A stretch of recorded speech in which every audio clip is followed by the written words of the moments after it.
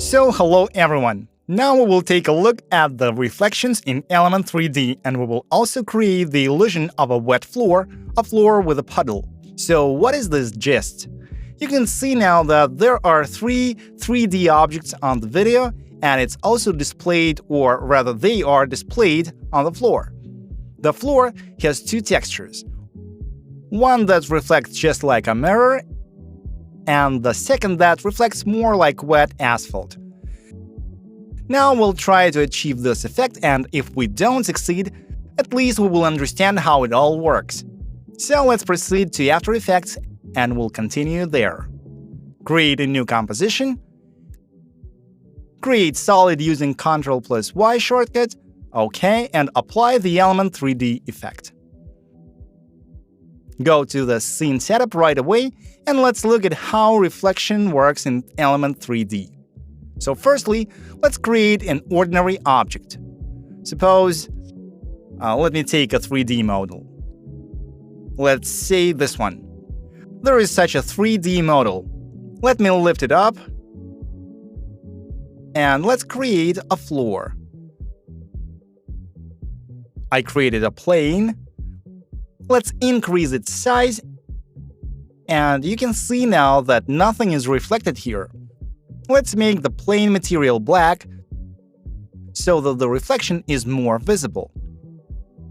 And for the floor to reflect the object, click on the object, go down to Reflect Mode, select Mirror Surface in Mode. You can see how the floor began to reflect the 3D object. And in fact, it's all. This is the only parameter you need to make the reflection on the floor. But how do you make such reflections as I have shown you earlier? Let's figure it out. It's very simple. It's some kind of a little secret for you. To get started, let's remove this 3D object, drag it in a separate group, set 1 here,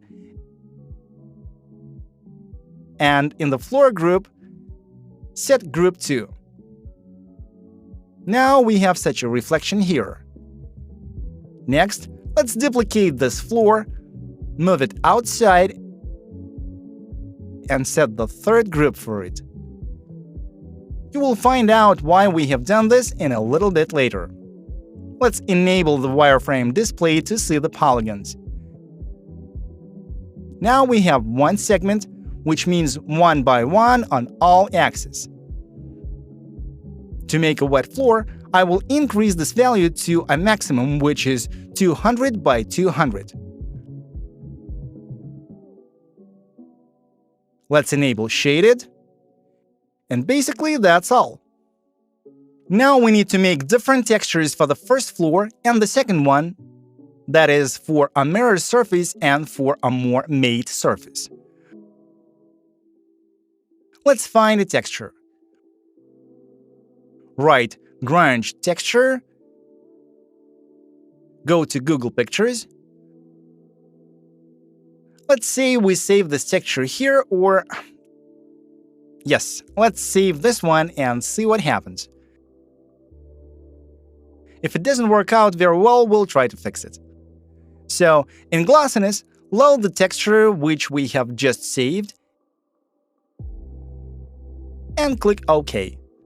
As you see, it has a very poor resolution, therefore uncheck the Draft Textures box, then click on Plane and increase this texture to about 4 by 4. We'll get such a texture here, but I don't like it. We probably need to make the whole texture matte like this, so let's look for another texture. Something dirtier. Let's set a large size and save a texture that probably doesn't have a clear separation between white and black. Load this new texture in Glossiness. OK. So, as you can see, we have created such a cool floor. You can also load this texture in Reflectivity. OK. Nothing has changed. Increase the reflectivity parameter. Now you can see that we have created such a cool floor. Next, let's probably decrease saturation to 0 for this texture. We created such metal floor. And what will we do next? The following algorithm is very simple. We have a 3D model which has the first group, we have the floor, the metal floor which has the third group, and we have the regular floor for which we need to make a mirror texture. So right-click on the texture here and click Duplicate and Replace. Next, we simply remove the texture here, remove it here, and we get such a mirror floor. Next, click OK. Let's see what we've got. So far, nothing is visible because we haven't created a camera. Let's create it. Let's also create a null object, make it in 3D, and parent the camera to a null object. Now, with the help of the null object, you can open the position parameter and zoom in like this. Now, we can see these artifacts here, but I will fix them and we get something cool. I'll probably turn the camera a little bit more so that you can see the reflection better. So next, we go to Element 3D to the first group. We'll create a null object for our 3D object. Therefore, go to Group 1, Group Utilities, create Group Null and click Create. Now you can move the object. Great, let's move on. Next we have a second group. The second group is the scuffed floor. And now we do such a thing. Go to Particle Look, then to Deform, then Noise, and click Enable. Let's increase the intensity parameter by literally a few %. Let's set it somewhere around 1% and reduce the scale. And I made a small mistake because I did not increase the number of segments on the floor. We did increase them for another one. So in the second one, we also make 200 by 200 segments. Okay. And now, increase scale like this.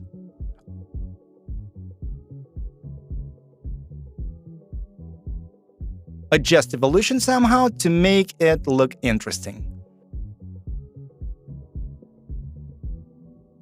Well, let it be like this. No, let's adjust it a little bit more. Here it is. Yes, now we have created such a thing. But to be honest, the reflection looks not so great because you can see the entire floor. And now we will only display reflections. Go to Scene Setup.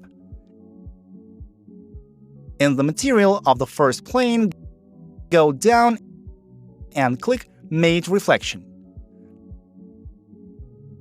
This means that the floor will display only 3D objects. It will not display the environment that we have.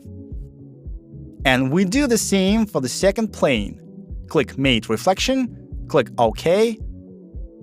You can see that we have created such a cool floor. We can animate the 3D model. Let's just do it like this. Now it's clear that everything is displayed beautifully. Let's also animate the camera.